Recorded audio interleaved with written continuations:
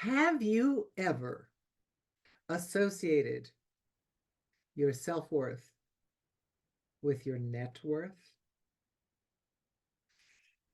I have.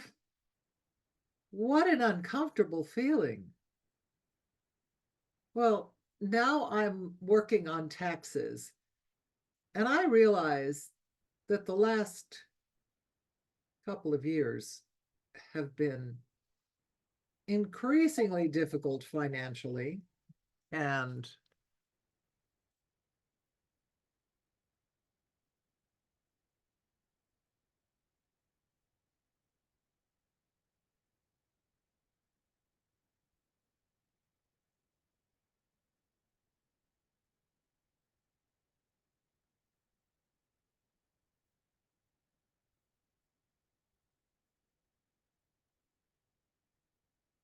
hello, beautiful humans.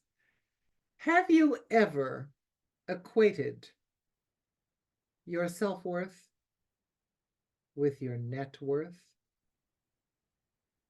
Oh, uh, I have.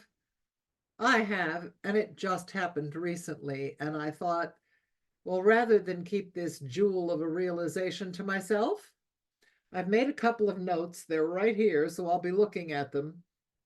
And what I want to share is that I'm astounded that I fell into this hole.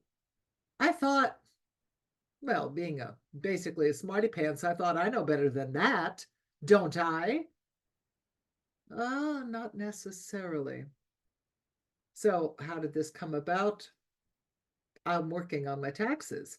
And when you're working on taxes, you're really looking at how much came in a year, how much went out, how much you are left with.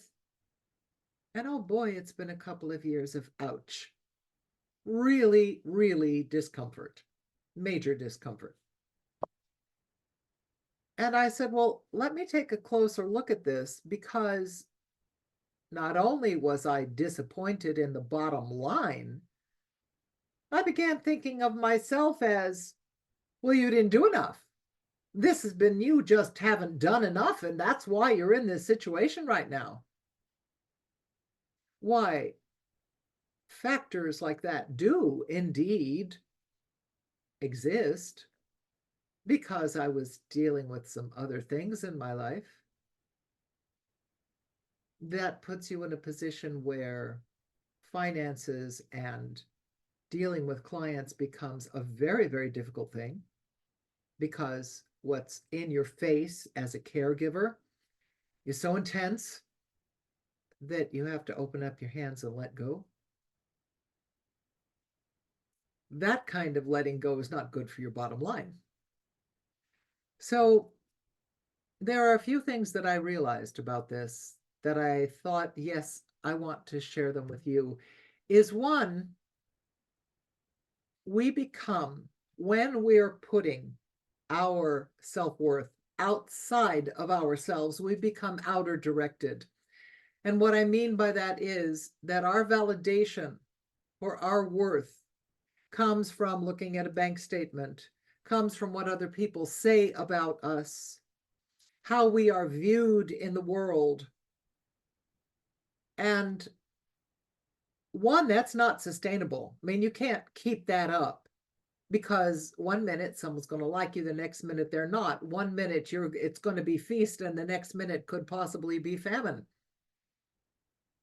So if your self-worth is dependent on outward statistics, conditions, situations, then you cease to have an abiding sense of self that allows you to stay centered in, I know who I am. I know the worth I have. My situation right now is abysmal and it is where I am. And I have to accept at the moment where I am. And now that I'm in a position to once again put attention, my attention and my energy on my needs and my business, well, now things are, of course, in evolution and they're changing already. Even as we speak, they're changing. but that is something to be paid attention to. That, of course, as a matter of fact, I love numbers. I never knew I did. But doing taxes for businesses I ran and realizing what a satisfying feeling it is when you hit that bottom line and everything gels and everything makes sense. You know what came in and what went out, and it all makes sense. They equal each other. If you realize that the ups and downs of financial situations and security is not a fixed thing for most of us. For most of it's not a fixed thing. For some people it is. But if you attach how you think about yourself and how you present yourself in this world because of your bottom line, you're doing yourself and the world a very large disservice. So instead of the outer directedness of my worth is this much because I have this much in the bank, I have this much money coming in, instead become inner directed and ask yourself, what do I offer? And a great deal of what we offer is priceless. You do realize that, right? Yes, I offer wisdom, I offer experience to my clients, and my clients like that, and therefore they reimburse me for the services that I provide because I went to school to know how to be able to provide those services, but the experience is mine. So the inner directed instead of the outer directed is a much stronger place to operate from because you are in a position of from the inside out and not from the outside in.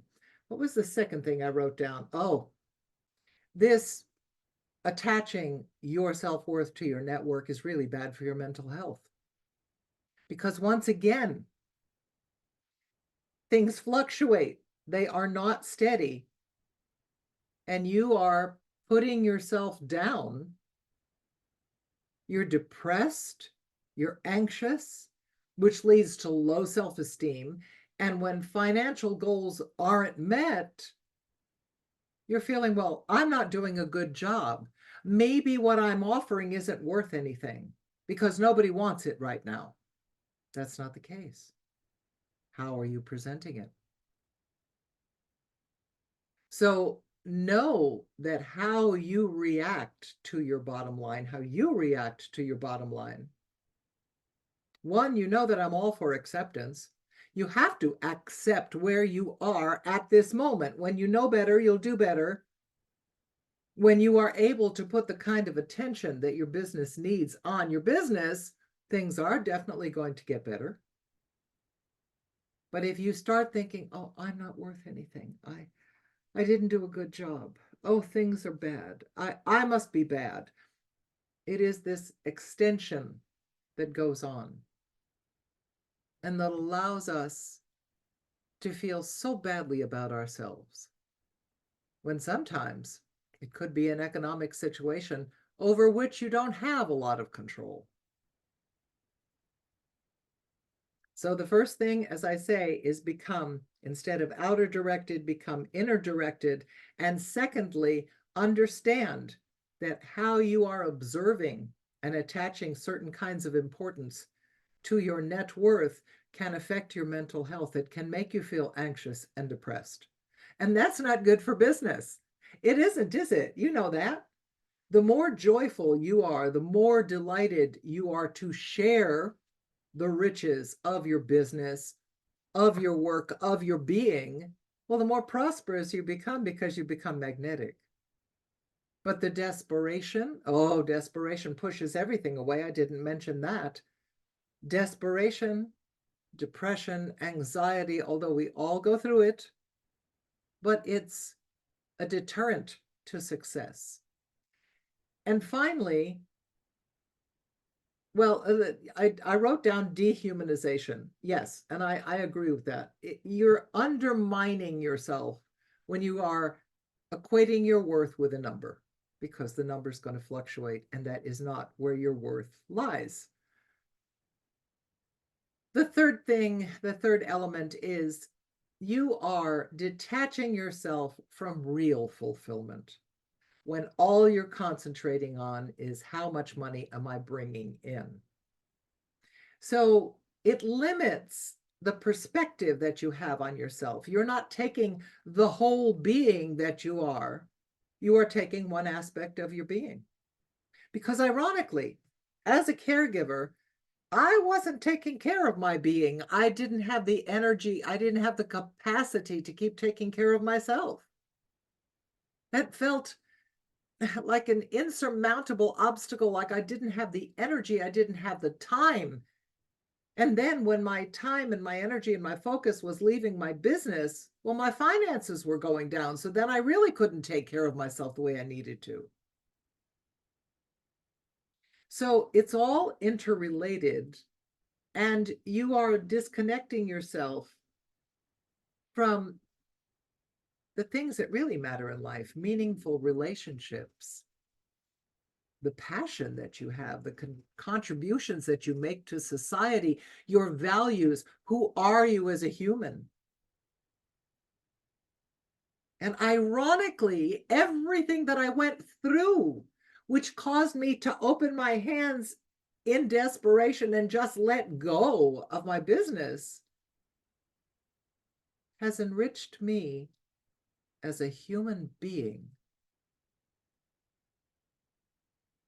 in a way that I have never even touched or approached before.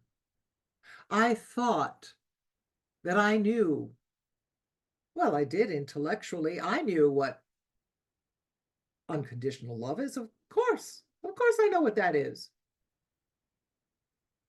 But to live unconditional love, when you know you are not going to get back from that source what you are giving, and still everything inside of you says, this needs to be done.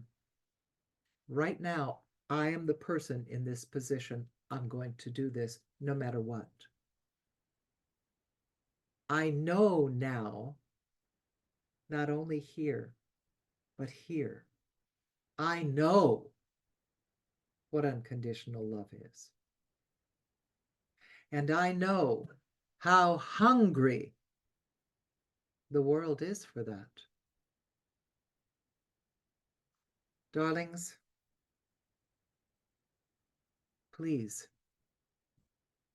take another look at this, because we all have a tendency, because of societal training, to fall into the pit of equating self-worth with our net worth. So the three things, as I said, become, instead of outer directed and defining yourself by the bottom line, become inner directed and understand your true worth as a being first. And as you step into the worth and the value of who you are, believe me, your net worth will change.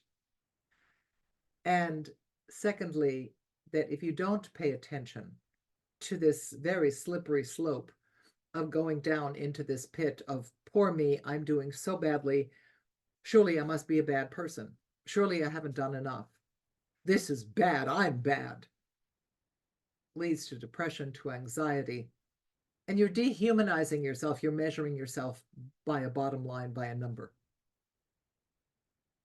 And thirdly, you're divorcing yourself from your humanity. You're dehumanizing yourself. You are not embracing where true, profound fulfillment lies, which is in meeting yourself. Suppose you don't have the money to maintain your image. Suppose what's underneath that image, the essence of who you are, is 10 times more valuable. Suppose that's the case instead. So take these three things to heart. And please, if you are sliding down that slope, put on the brakes, put on the brakes and stop. Because I promise you that your self-worth is not equal to your net worth, even if you're rolling in gold. Who are you as a human? What legacy of humanity are you leaving on this earth? What is your imprint? That, my darlings, is the most important thing you can do for yourself. Take off the mask, take off the image, and know that your self-worth, like Cyrano said, Cyrano de Bergerac, my finery's in the heart. Appreciate all that you are, because the bottom line and the bank account will go up and down. Who you are as a human is the essence of who you are, and that remains. And that, my darlings, is very precious.